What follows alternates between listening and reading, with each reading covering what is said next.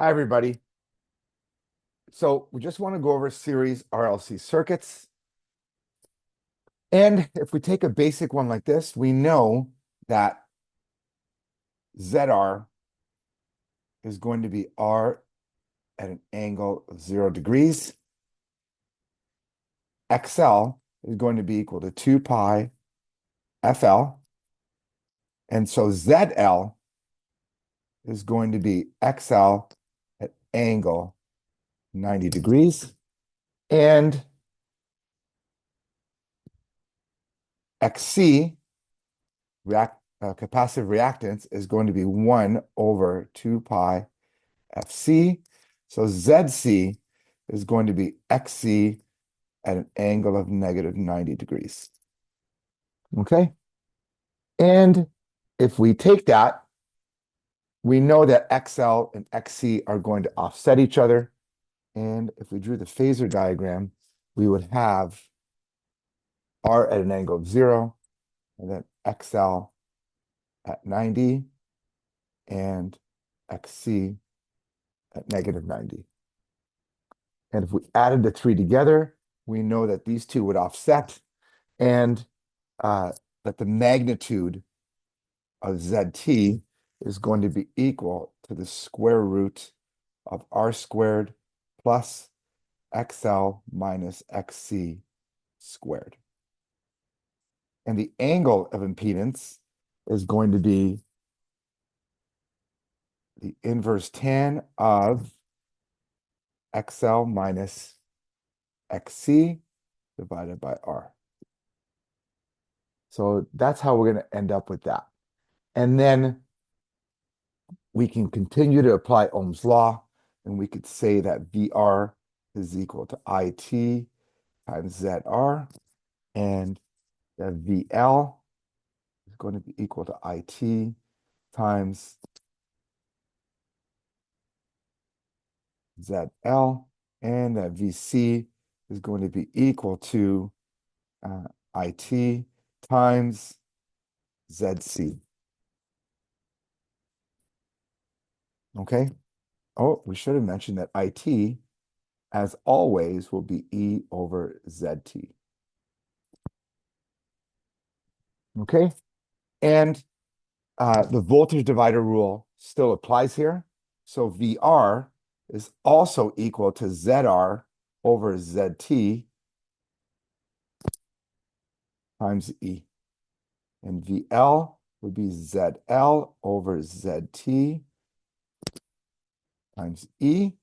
And VC is equal to ZC over ZT times E. And again, Kirchhoff's voltage law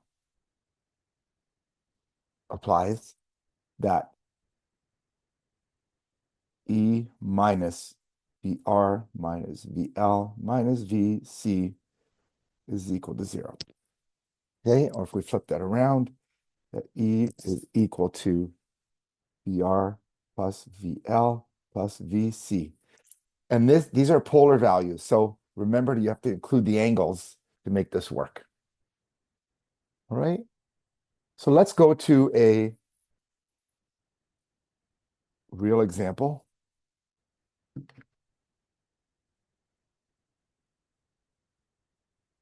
So we have this, okay? So first, we know that R is equal to 1 kilo ohm. So ZR is equal to 1 kilo ohm at angle 0. XL is equal to 2 pi FL, which is 2 pi 1K, frequency is 1K, and L is 300 millihenries. And if we calculate that out, we get 1.885 kiloohms. So ZL is equal to 1.885 kiloohms at an angle of 90 degrees. XC is equal to 1 over 2 pi FC, which is equal to 1 over 2 pi 1K times 50 nano. And that is equal to 3.183K. So ZC is equal to 3.183K at an angle of negative 90. Okay? So now, if we want to figure out ZT, all right, we could say that ZT is equal to ZR plus ZC plus ZL, and that gives us 1K angle 0 plus 3.183K angle negative 90 plus 1.885K angle that's positive 90. All right, so if we did that on our calculator in complex mode, so my calculator is now set to complex, and it's set to be in polar mode. Okay, so I'm going to add here, I'm going to add 1K, and I will put in the angle 0 just to, I don't need it, but just to keep everything going straight. We got 183K angle negative 90 plus 1.885K angle 90. So my answer comes out to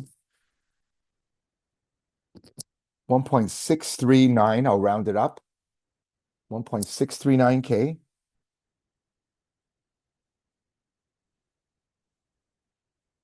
at an angle of, shift equals, negative 52.39 degrees. That's what I get for my answer there. All right. What we could have done was we could have added these in rectangular. All right. So we could have said this. We could have said that ZT, if we want to put these in rectangular, because it's 1.885K at angle 90, it's essentially 0 plus J 1.885K. And because this is 3.183K angle negative 90, it's essentially 0 minus J 3.183K. So what I could have done if I want to do these in polar is for ZR, so I could say this again, ZR plus ZC plus ZL. And I get, so for ZR, it is 1K plus J0. That's for ZR. I'll just put that there. Plus ZC is 0 minus 3.183K. That's for ZC. And then ZL is 0 plus 1.885K. J. And I have that. Okay. It's a J as well. Sorry. So what we have now is we add all of our real components. So we have 1K plus J 1.885K minus J 3.183K, which gives us 1K. And if we take the difference between these two, right, we end up with 1.885K minus 3.183K. So I get 1.298K. So it's minus J 1.298K. All right.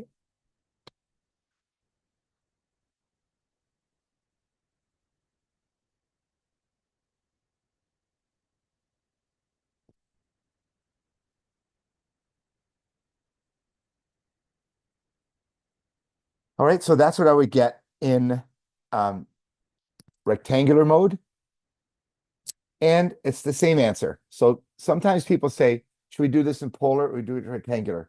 You do it with how is comfortable for you, because if I take 1.639K at an angle of negative 52.39, okay, if I take that and just make that my answer, if I convert that to rectangular, I get 1.00024. So essentially 1K minus J, so this is the imaginary, 1.298. So it is the same answer. All right.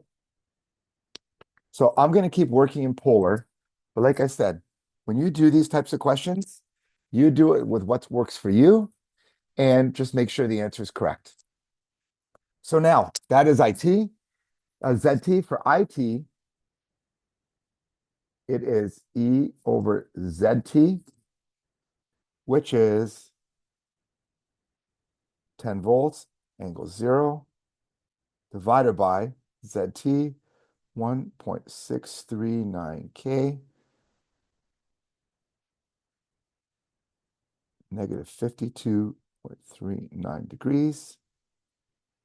And that works out to, if we did the math on there, okay, we have 6.101 milliamps at an angle of 52.39 degrees. So here are some ways to see that you're on the right track.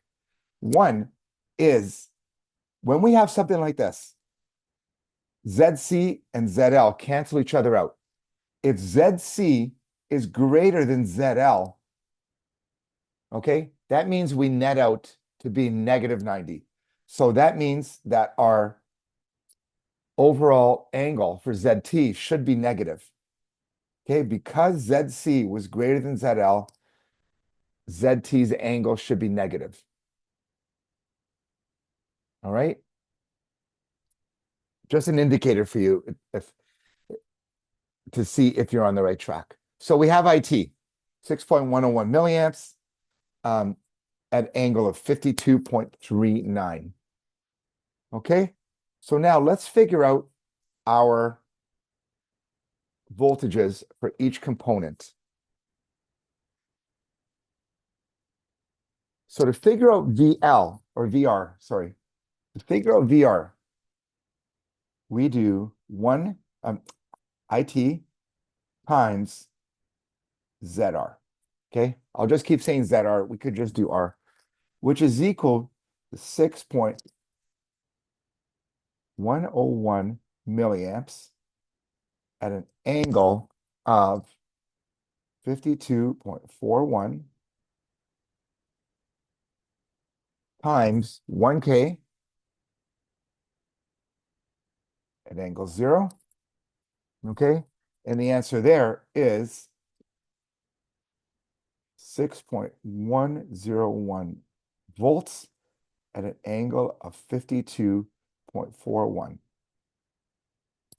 Now, don't forget the rule that the current through a resistor and the voltage across the resistor are always in phase.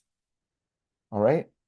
The current through the resistor and the voltage across the resistor are always in phase. And that's because we're multiplying an angle of IT times the angle of R, which is 0. So we come out with the same angle.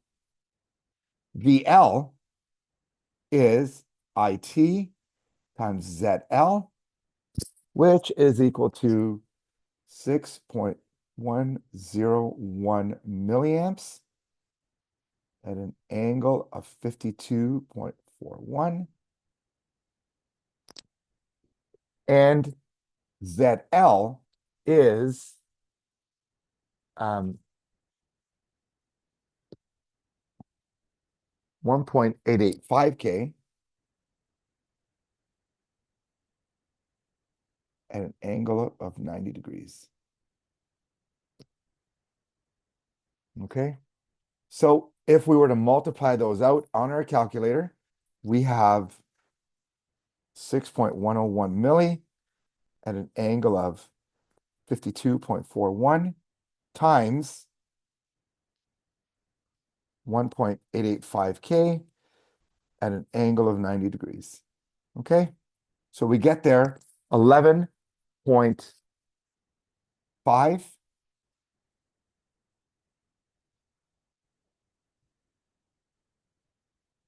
at an angle of 142.41 degrees. Okay. And now VC is equal to IT times ZC, which is 6.101 milliamps at an angle of 52.41 degrees times ZC was 3.183 K at an angle of negative 90. And that gives us, if we want to multiply that out, 6.101 milli at an angle of 52.41 times 3.183 K at an angle of negative 90. So there we get 19.416 volts at an angle of negative 37.59 degrees. Okay?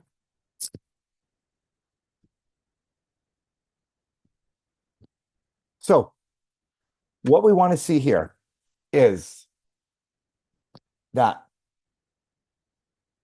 VL and VC are always 180 degrees out of phase.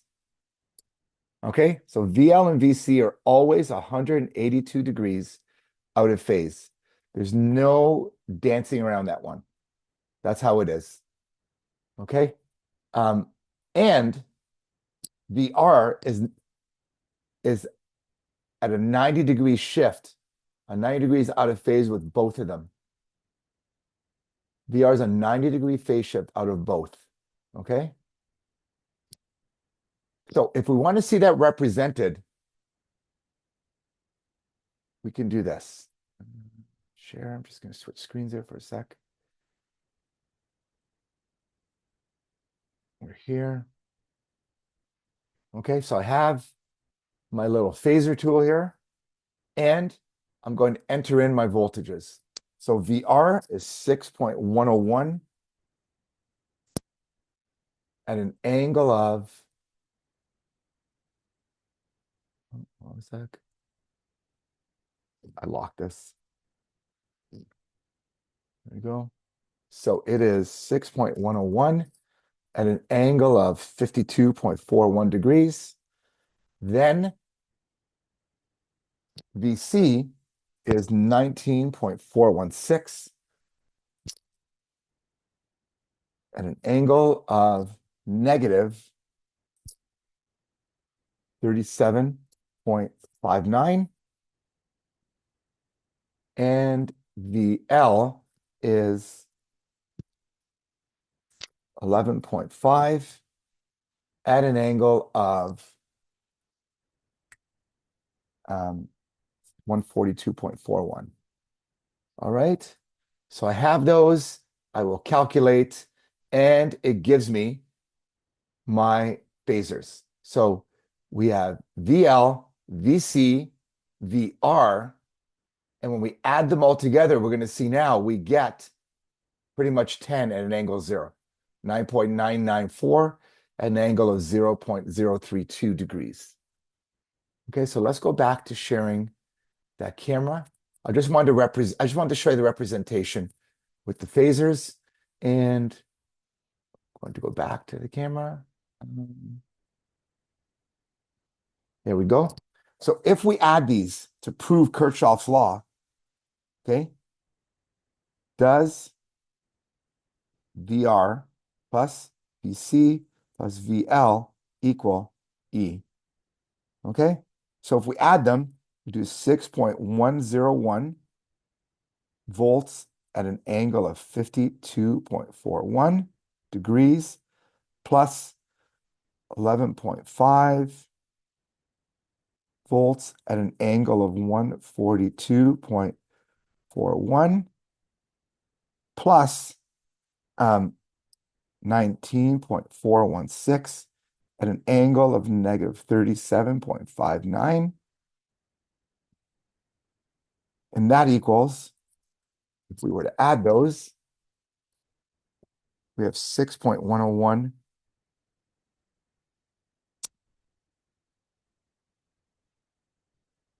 at an angle of 52.41 plus 11.5 at an angle of 142.41 plus 19.416 at an angle of negative 37.59 equals 9.994 at an angle of, it says 32 milli, so it is essentially 0.032 degrees, which is, this is all because of rounding, which is 10 volts, angle 0 degrees. Okay? Now, does Kirchhoff's law work? Of course it works. It's a law. And who are we to break the law? Now, when you're doing these questions, you were always taught in your courses leading up to this point that all the voltages in a loop will add up to E if it's a circuit like that, or the algebraic sum of all voltages in a loop will equal 0.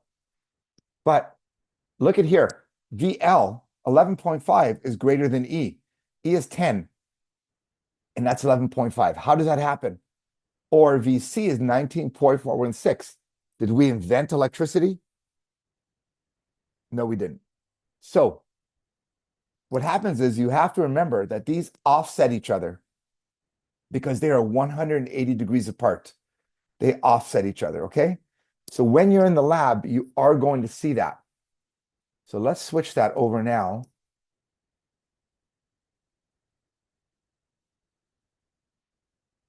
Going to Multisim, okay?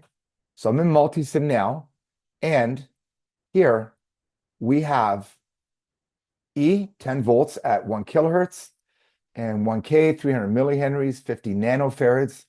And the voltages do match our calculated. They're off by a bit because it's 10 ohm resistor that we put here for a measurement after. So, and IT is 6.125 milliamps, and we calculated 6.101. Like I said, these things kind of simulate a bit of a variance, but our voltages that we calculated are very close to what we have here.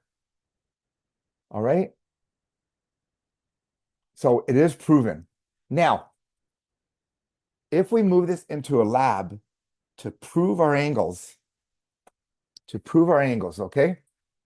Let's go to scope. Let's bring up Tektronix scope. All right. And now we're going to put channel 1 on E. It's kind of ugly like that. Yeah. Oh, yeah. Okay. So we have channel 1 on E. We're going to tie ground to ground. Let me get rid of this.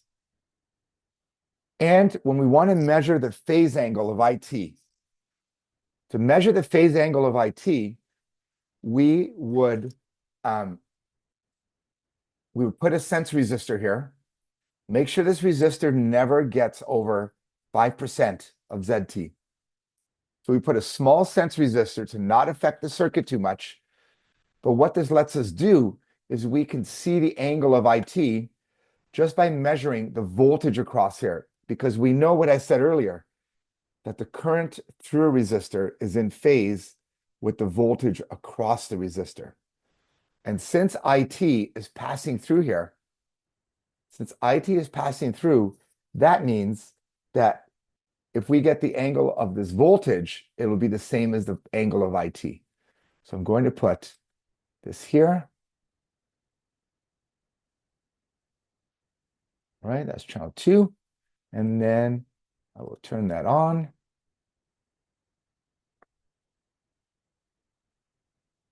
There's channel 1. And we should start the circuit. It works better. So that's channel 1. Spread that out a bit. And channel 2 is there. The voltage will be very low because it's only a 10 ohm resistor. So if you see here, this is channel 2, okay? Channel 2, if time is going across, time is going from left to right. We see here that channel 2 is actually happening before channel 1, which means it was single sequence, which means that channel 2 is leading channel 1, okay? And that makes sense because the angle of IT that we had was 52.41. Okay, our angle for IT was 52.41. So that part makes sense. Now, let's measure the phase shift. Okay, so we are going to, I need to measure the distance and time between these two. So first thing I do is I make sure that channel 1 and channel 2 are both centered in the middle. Okay, their offset is 0. Now, what I want to do is spread this as far as I can. I'll spread that as far as I can, okay? There we go. And I make sure I get on the screen, both of them crossing 0, which is there. They both cross 0. And we have, so I will fool around with these now to see if I can get these lines any more vertical so we can get a good idea of when they cross 0. All right, so we're there. And the distance and time between these two is, if I was to do that, we would get, it start crosses here and crosses there. This is 1, 2, 3, 4, 5, 6, 7, almost 7.2 divisions. Okay, we have almost 7.2 divisions.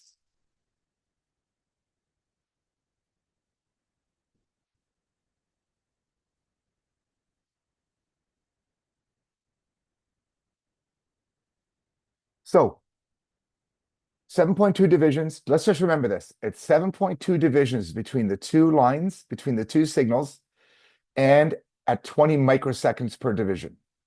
Okay? 7.2 divisions at 20 microseconds per division. So let's go back to our paper. There we go. So if we want to find the phase shift of IT, okay? If we want to find the phase shift of IT, that's going to equal delta time divided by period times 360. Okay? So that is the time between signals. This is the period, and then 360 is 360. So delta T was 7.2 divisions times 20 microseconds per division, divided by the period of a 1K wave is 1 millisecond. Okay? So if we want to just add for clarification there, that is period is equal to 1 over frequency, which is 1 over 1K. Okay? So it's 1 millisecond and then times 360. And if you do that math, it works out to, if we have it here, 1 millisecond, 7.2 divisions times 20 microseconds divided by 1 millisecond times 360. And we come up with 51.84 degrees.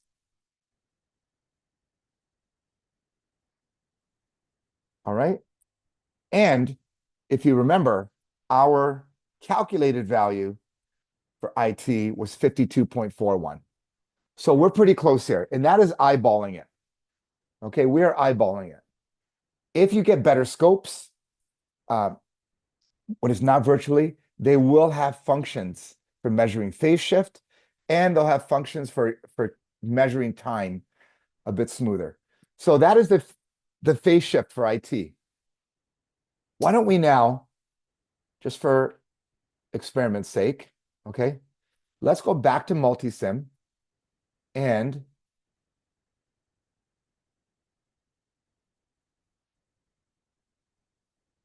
we're here. Let's go back to Multisim. Now let's figure out, let's get rid of these meters, okay? They did their job. They can go home early today. There. And don't forget in Multisim, when you're working AC, make sure your meters are set to AC. So let's get rid of this one too. Let's take channel 2 and let's move it to VC. Let's measure the phase angle of VC. Okay? So I'm going to start this again. I started again, and let's move this back.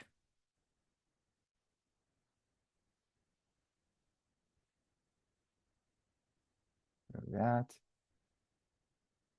And we have this.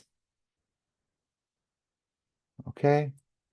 Now, we saw VC. If you look here now, channel 2 is now lagging channel 1. Here's channel 1, and channel 2 happens after it. It's lagging, which means it's a negative angle. And if you recall, our angle for VC was negative 37.59. Okay, so that matches.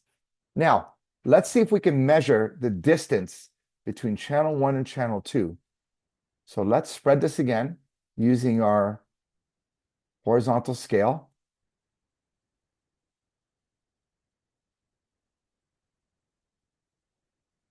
Let's see if we can spread it some more.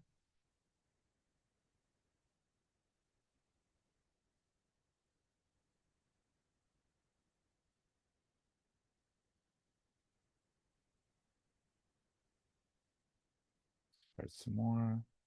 Where are we here? Okay, so we have that, and now let's fool around with our horizontal scale to see if we can't make these lines more vertical so we can get a better read on when they cross 0. There. All right.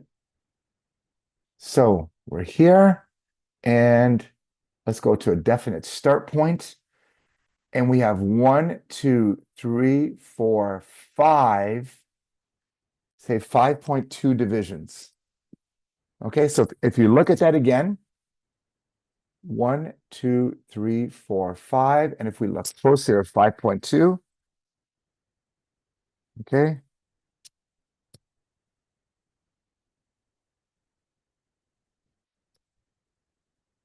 We got it? So we have that. So let's go back to 5.2 divisions at 20 microseconds. Remember that. Well, you don't have to remember it. You're watching a video and you could just go back. So I just like saying it. There we go. So now let's calculate the phase shift for VC. So that was delta T over T times 360 degrees, which is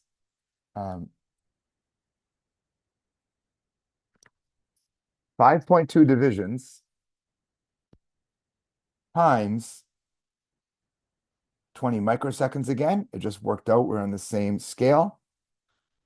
And that was over the period, 1 millisecond times 360. And that gives us, if we look, 37.44 degrees. All right? 37.44 degrees. And we calculated, if you remember, or negative 37, sorry, because it is lagging, and we calculated negative 37.59. That is pretty close. And especially for eyeballing it, it's pretty close. So just for your own reference, this here is the number of divisions, and this is the seconds per division, which is the horizontal scale on your scope. The horizontal scale, okay? You know what? Let me write this nicer for you. There. All right. So that's how we measure those. When you are doing a series circuit to measure the your phase angles, what we want to do is, I'm going to go back to Multisim. The answer to your next question is yes, I like Multisim. What we do is we would have to, this is VC.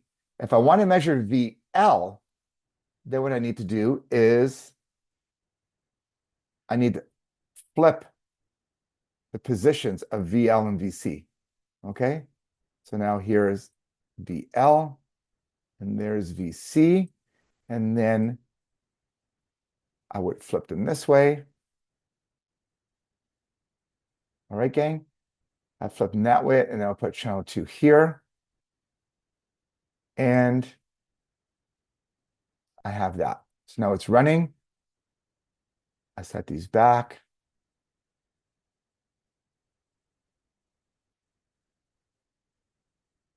That goes back. Okay. So now you can see that channel 2 is leading channel 1 again. Channel 2 is leading channel 1 again, which makes sense because we calculated VL to be 142 degrees. And then we can go through the same exercise. Okay. We can go through the same exercise where we figure out the distance time-wise between the two. So I'll make it a little more vertical.